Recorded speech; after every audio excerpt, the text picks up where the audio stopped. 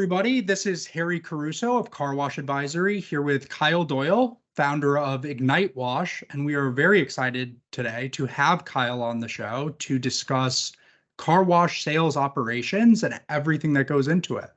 Thank you for joining us, Kyle. Thank you so much for having me, Harry. I'm super excited. Oh, as are we. And we have a tremendous amount to cover today, and we're going to try to make this as concise as possible. But I suppose first and foremost, what would be most helpful, Kyle, is if you would share with the listeners a bit about yourself, the background, Ignite Wash, and all the extensive industry experience you have. Sure. So I grew up in the car wash industry. We had a family car wash, Long Island, New York, full serve. In 1980, my father started CompuWash, and we made one of the first tunnel controllers. People remember maybe Data Tracks and CompuWash. So it blew up at the 1980 ICA show. And he had an electrical engineering business that grew into CompuWash. He got rid of everything else and focused on, he loved car washing, still does. He's 80 years old and still in tunnels. In fact, he fell off a ladder recently and we yelled at him that he should not be on ladders and tunnels. So grew up in it, grew up around tunnel controllers. When I got involved in the family business, I went to my first ICA show when I was 16, loved it, fell in love with just entrepreneurship and like, Dad, you mean we could just like make stuff up, like make new products and people might buy them? Like, this is fun. Like, what should we make for the next trade show? Like, it was just fun to be creative in that aspect. We realized we're starting to fall behind in the point of sale world. We had the tunnel controllers. We did a lot of motor control centers.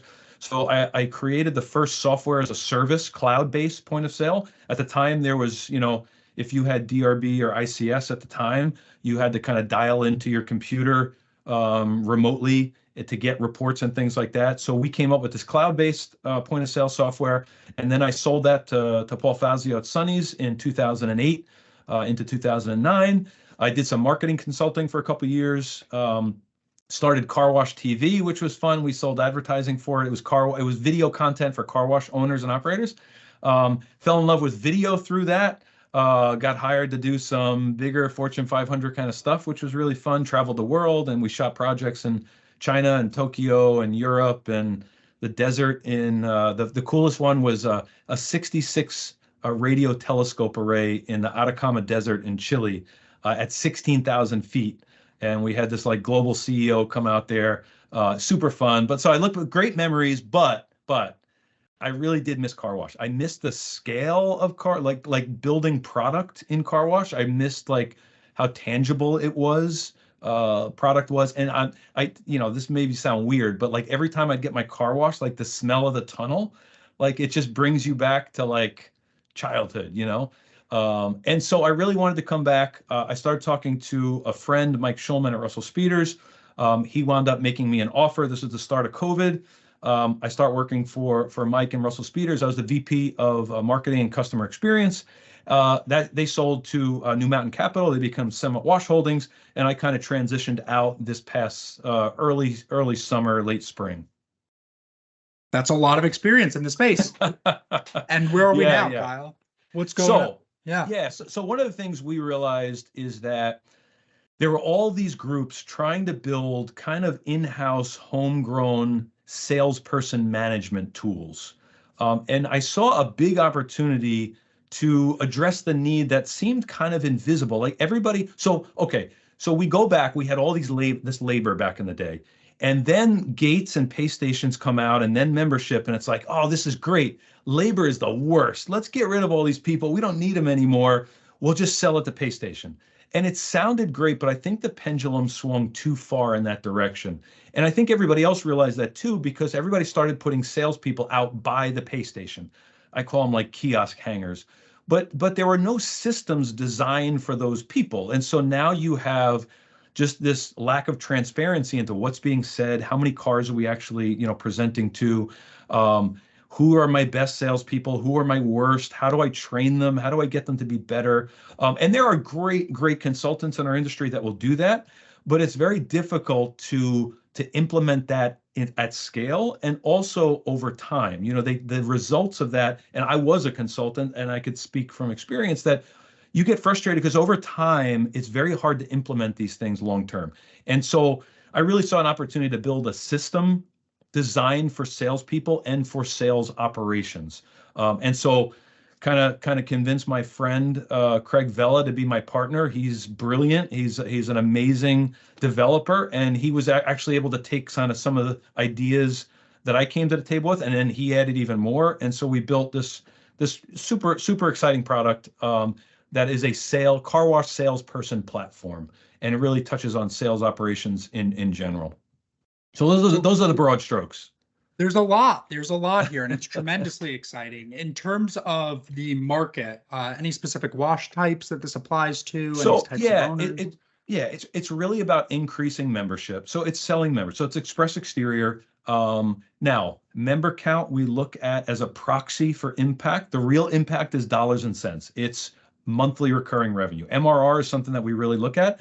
I don't really care that you have X number of members. I care what's your MRR each month, because hey, maybe a lot of those were promos. Maybe they're churning out at a really high rate. Like, what do we do to actually increase sales? You don't go buy your home with members. You need dollars and cents. So how do we increase the sales, the actual impact, bottom line? And so I think that's really our focus is MRR, member count, recurring revenue. And really we do that by focusing in on conversion rate, like really being obsessed with how many retail customers you're converting to membership.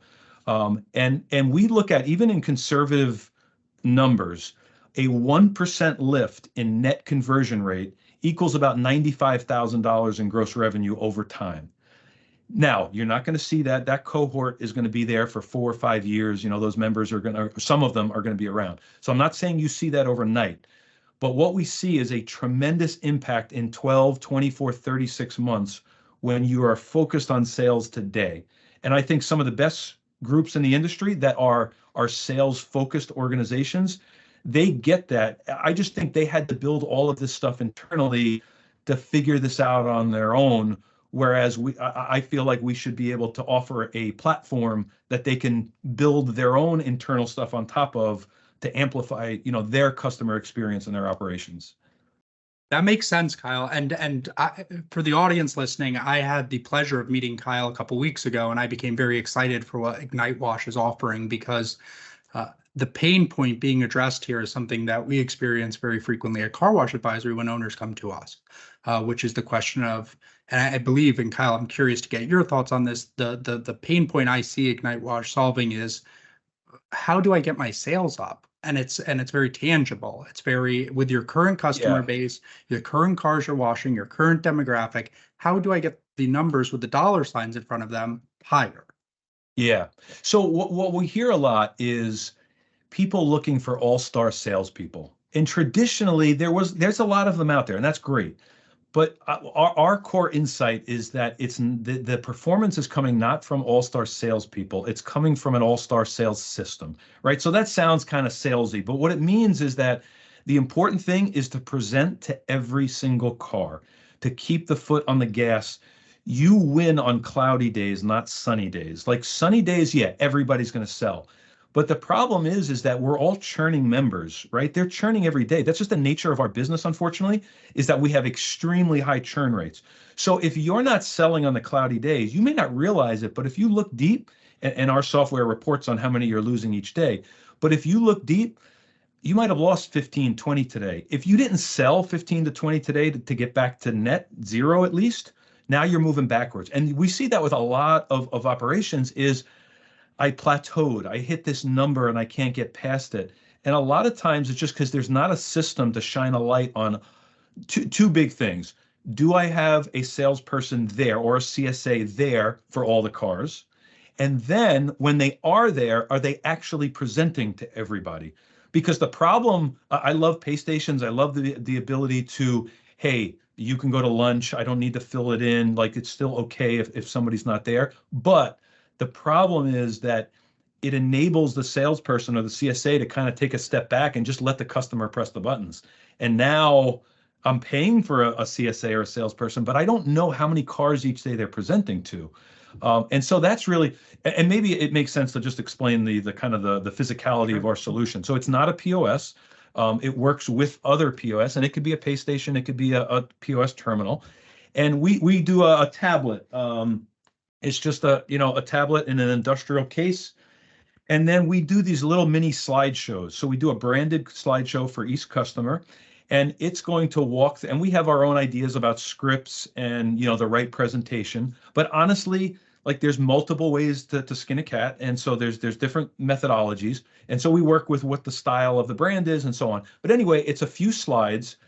When the salesperson or the CSA hits launch slideshow, we begin recording that event. And so as they're swiping, as they're talking, we're recording who the salesperson was logged in, the date and time, the length of that presentation, and we record the audio of the salesperson. We can't really hear the customer. It's just optimized to hear the salesperson nearby. There are two-party states that we would turn that off for in the US, but most states are one-party states, so you can get away with that. We have all the CSAs opt in to that.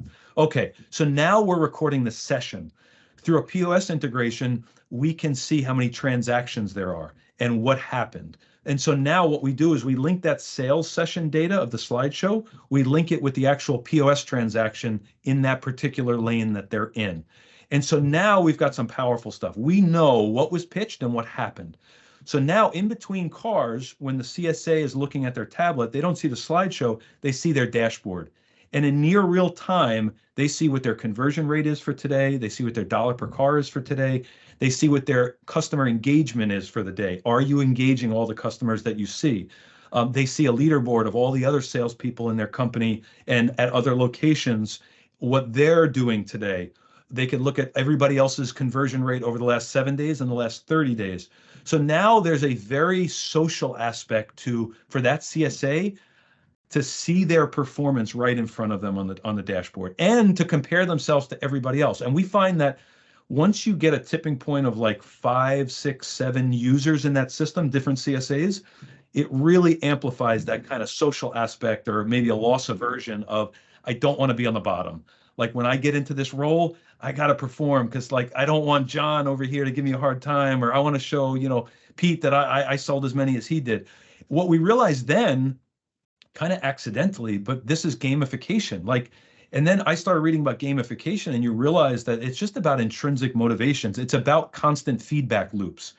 And constant feedback loops is what a video game is, right? We're constantly, oh man, I just lost. And so gamification is bringing those gaming elements into a non-gaming, application. So what we do is, okay, let's live into that. We saw overnight improvement in conversion rate when we introduced the leaderboard. Immediately, people were like, oh, I didn't realize he was doing that many. I got to pick up my game. And again, it's not like a harder sell. It's just all of those gaps. I can't take my foot off the gas. I actually have to be there. I have to present. So then we added points, and you get points every time you sell a membership, and we can configure it to top retail package. Every time you use the tablet, all these different things, you're getting points. Then based on your points, we give you badges. So you start off in our system as a recruit, then you go to rookie, cadet, apprentice, expert, master, legendary. Your avatar frame around your picture changes to be more elaborate. And then we give you rewards. There's a marketplace built into the system. So you can opt in, the salesperson or the CSA can say, okay, I'm going to choose a $10 Amazon gift card. And now in their dashboard, they see how close they are to that. And each time they get points, they're getting closer to that. And it's a simple thing. We fulfill the order. We send out the gift card. It goes all the way up to a PlayStation 5, an iPad, and TV. But it's just enough. And look, it's with the owner. We talk about, hey, how many points should they be required? How many members do they really need to sell to get that? But if somebody sells like 500 memberships, like give them a PS5. Like that's super valuable to your organization. And so we kind of do that for you so you don't have to like worry about that. So all of those gamification elements, I think, really just made the salespeople more intrinsically motivated as opposed to extrinsically motivated, where I have to like hit you over the head and like, why aren't you selling? And now that it's transparent, now that we all see what's going on, just that simple fact now just makes people perform at a more consistent level. It's almost like, not to get too existential, but it's almost like a panopticon effect, right? Yeah. In terms of that prison experiment that was done. Exactly. And now, because we have this dashboard and this tablet in front of them, we could do cool things. So we have a message center through the app. So now we created something called CoachBot, which is just an AI coach. and he sends a message thread when your conversion rate is low, when we think you should be performing a little bit better, but also to pat you on the back. When you hit another 50 members, you change ranks, you just hit a new personal record for members sold in the day. And the great part about CoachBot is he is sending this thread, but he's looping in our human coaches. So we have now human coaches that are looking at all these messages, and CoachBot says, hey, Harry, your conversion rate's, not so good today. Here's some tips on how you might improve. And now the human coach could now, knowing being a human, they could kind of start sending some things in. But we're doing some ChatGPT things now where we've transcribed all of our training material, and ChatGPT, we created a custom GPT. And so now it has all of that. And we could say, hey, ChatGPT, tell this salesperson something using CoachBot's voice. Take something 50 words or less from our training material that might help him increase his conversion rate. And it's scary how good the language is. It sounds like me. It sounds like me sending a message. So what that does is it leverages the code to make coaching easier. So now instead of having a coach who has to go through reports, okay, next client reports, how are they doing? Okay, yeah, no. Okay, next to CoachBot initiates all of these messages, both the pats on the back and the redirection. And now all our coach has to do, and if there's a sales manager at the group or whatever, now they could just chime in. Hey, yeah, good job. Yeah, okay, you got this, 2 more and you'll hit that conversion rate. So now it's no longer searching for who should I message. CoachBot is telling you who to message, and it just makes the process much more efficient so that we can give very high level coaching without charging, $1 million.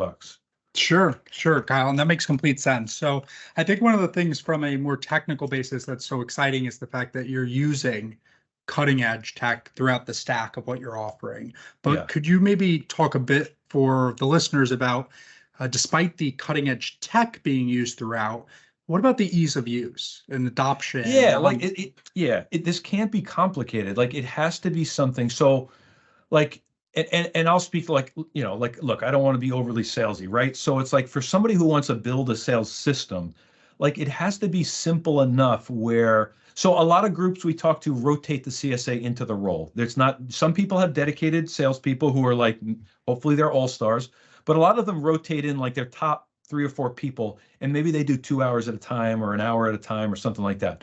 And I think when you think about scale, when you think about how difficult car wash has been to scale over the years, right? We're getting there, but there's still a lot of friction. How do you scale some of these things? And I think part of it is because a lot of it is just invisible. We need to make the invisible visible. And I think for somebody, who's trying to build a sales system, it's you have to come up with a way to know what's actually happening out there. And the POS reports, you can do that kind of thing, but it has to be, so our slideshow is meant, they don't have to memorize it all because the slide has text on it, has headers, right? It has headlines. They could just read it. Okay, I'm not sure what comes next. Well, don't worry, just swipe right and that's what comes next. And then you kind of read that part of it. So it becomes easier for somebody who's not an all-star salesperson. And I think the other thing is not getting overly concerned with the script. Some people, and we talk to them, and I think I was of this mind too. It's I got the perfect script. And then when they say this, you say this. And if they say that, then I say this. And it gets so complicated that that's not the thing that makes sales work. What makes sales work is presenting to every single car. Have a good script. I'm not saying it doesn't make a difference. I'm just saying that 80% of the impact is going to come from just presenting to every car. Make it simple enough and incentivize. I think incentives are also really important. Pay these people, give them good commissions, because if you get 5, 6, 7, 8,000 members, you got enough money to share with the salesperson a little extra on the commission. It's worth it. Now you got to find that right balance for your market, but I think it's got to be simple enough, and the commission should be generous to them. That reflects the value you're going to gain as an operator. Sure. And so speaking of value to the operator, so to take a step back here, right? Everything that you're describing, Kyle, makes complete sense. And the tagline for the owners, the managers, is more sales, more top line equals more bottom line. It's that simple. Talk to us a bit, if you would, about the on the grounds interpretation of this, sentiment towards this, how do the people doing the selling feel when they adopt this? Yeah, we were really nervous, especially since the audio piece, but it's funny, the audio has been the least important thing in this whole process. Like, I really didn't expect that. The gamification has been the thing. Like, that's the thing that's made the difference. And it's not, it's all just a little, I think it's really just a transparency to them that it's a feedback loop. It's like, oh, my conversion rate's 4% today. They didn't know that before. Like, we literally have a client where great salesperson, he was keeping track of his sales on blue masking tape and a Sharpie on the back side of the pay station. And then the owner would ask, and there's a lot of groups like this, hey, salesperson, how many members do you have? How many sales did you have today? Now they're like cross-referencing the POS report. It's like, this is crazy. Like, there has to be a better way to keep track of that. And so the salespeople, like, look, they're not going to love being reminded all the time that, hey, I need you to sell. But they like the fact that they know what the score is. I like that metaphor of the quarterback on the sidelines with the offensive coordinator looking at the tablet. What just happened on that last series? This is in-game management. So it's not at the end of the week, oh, wow, our conversion rate wasn't good this week. It's 11 a.m. and our conversion rate's not so good for today. Like, what are we doing about it? There are no excuses, right? So we kind of teach people there's no excuses. Like, all we care about is presenting. We're not going to judge you. If the conversion rate winds up not being good today, don't worry about it. Just present to everybody. As long as you do that, we talk about Babe Ruth and Michael Jordan and all these great athletes that, they were the best of the best. They struck out all the time. They missed shots all the time. Like, that's okay. Just present to every customer and things will take care of itself. Our thing, like, again, this is not like rocket science, right? Like, we're not OpenAI doing this like brain surgery stuff, but it's accountability, it's transparency. And that alone, if we had none of the gamification stuff and the marketplace and all this other stuff, just transparency makes the world of difference to the end users. And they love it. Like, look, some of them we remind more than others. They get more CoachBot messages than others. But by and large, when we start doing the gamification stuff, they I've got all these just great testimonials that eventually we'll put up on the website of just how much improved they felt. We have salespeople that were at other car wash companies, and now they go to this car wash, and it's like, this is so cool. Like, I never had this before. Like, I never knew what my conversion rate is or what my lifetime member count was. So it's really interesting from that perspective to see the end user, the salesperson, kind of reacting to it. This is all very interesting, Kyle. And I think one of the things that stands out to me is that, let me put it this way, it resonates with me because I've experienced this in my own past lives and current lives in terms of there's, somebody could look at this software offering, this product offering and say, well, this is just going to be a way to further isolate people who are maybe poor performers or are struggling in their role. And what I have found is that despite maybe that being the most immediate naturalistic thought process, what I've always found is that it actually happens in the opposite manner. And many a times, the recognition gained or potentially gained for the poor performers or who were poor performers actually elevates them to a new level more so than it does change the already highest performers. Yeah, for sure. Now, in reading all the kind of academic research on gamification, there is that potential that the low performer is going to be demotivated by being on this big leaderboard where they're at the bottom. And so we're mindful of that. Look, we're not used car salesmen that want to hit people over the head, sell, sell, sell. And that's what makes this scalable and repeatable is that it's not that. And so I think some of the things we've thought about is some of the bigger groups we're talking about where potentially that salesperson list and CSA list is going to be very long. We could break it into divisions. Like, you have division 1, division 2, you have, the east, west, south, north, and you might be lower in your division, but it's not like you're looking at yourself at the bottom of the list of 100. We could potentially, if somebody really doesn't like it, we could allow them to opt out. I think the bottom line is we are trying to optimize this for people that respond to gamification, that respond to this type of motivation. But we want to be mindful too that we're not trying to hit you over the head. This is not Boiler Room. This is not Wolf of Wall Street, right? So we want this to be repeatable And again, like we really believe like the pendulum swung too far to no labor. Like people are important, like human beings are important, and it's a competitive advantage for you to have good people. But I think, you just need the systems to like empower those good people. So we're kind of being mindful of that. But I think you're right. By and large, we've seen none of that. Anecdotally, there's been none of that yet. So we're really excited about that part of it. Sure, this makes sense. And I was listening to a wonderful podcast by Phil of Dencar a couple weeks ago, and one of the things that he brought up was this concept of hard selling more often than not will lead to a larger churn rate Oh, than absolutely. Yeah. more intrinsic choice making, right, Yeah. from the Yeah. consumer. I think that's really important that it's not something that you're not trying to force sales to Yeah. people that otherwise wouldn't be interested. You're trying to illuminate. Yeah, and I feel like culture. Now, look, there are organizations out there that want a hard sell, and that's totally fine. And honestly, you look at some of them, and the churn rate is definitely higher, but they still wind up having more members despite the churn rate, right? So I'm not saying, I think it's a cultural thing. I think it's like, what kind of organization do you want to be? If you want the highest rate, conversion rate, let's call it 25%, the highest. You're hitting people over the head all day long. But my feeling is that take 15% to 20% and have people that are happy at work. I think that's the better company to build. And I also think there's also kind of invisible effects of, are these people that you're hard selling? So you have two groups of customers, right? You have members and you have retail. What you hope is that the people who are no longer members, they jump into the retail bucket and you retain their revenue and their business. In the aggressive sellers, I think often those members, they're so ticked off, or they don't like they leave both buckets and now they're gone. So I think that's the danger that's unseen, is that when you get overly aggressive, yeah, your churn goes up, but it's harder on employees, it's harder on managers, it's harder on customers. I just don't think it's personally, and there are people that want to do it, but personally, I don't see it as the sustainable model for a scaling organization. Sure, sure, Kyle, that makes complete sense. So putting rubber to the road here in terms of I am a multi-site owner, a single site owner, and I'm interested in potentially exploring Ignite Wash.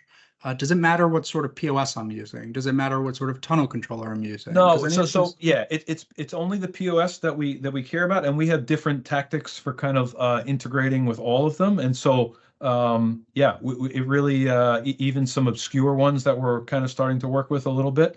So the data we're looking for is super simple. We're not like some of the other third parties that need to write to the database or do some of the more complex things. What we're looking for is very simple stuff. And so yeah, it's not terribly difficult. It could be any pay station that you're using, any point of sale terminal that you're using. And like I said, we have this algorithm that just matches the transactions after the fact, knowing by Quick sort of, timestamp. Kyle, is it correct? It stands on top of all of this. Yeah, Is there, exactly. So it has nothing to do. We're completely separate from the POS. We're not touching. We're not writing to the database or doing anything funky there. this makes sense. I guess, Kyle, just so I don't talk everybody's ears off here, we'll start wrapping up. Is there anything that we want to share with the audience that we haven't gone over about Ignite Wash and everything you're doing? No, just, one thing, and this is just for everybody, whether you use us or not, hiring people. I think we've found some really interesting things with hiring people. I think your ad is really important, sponsoring, because we help people recruit too. So sponsoring the ad, spending some money.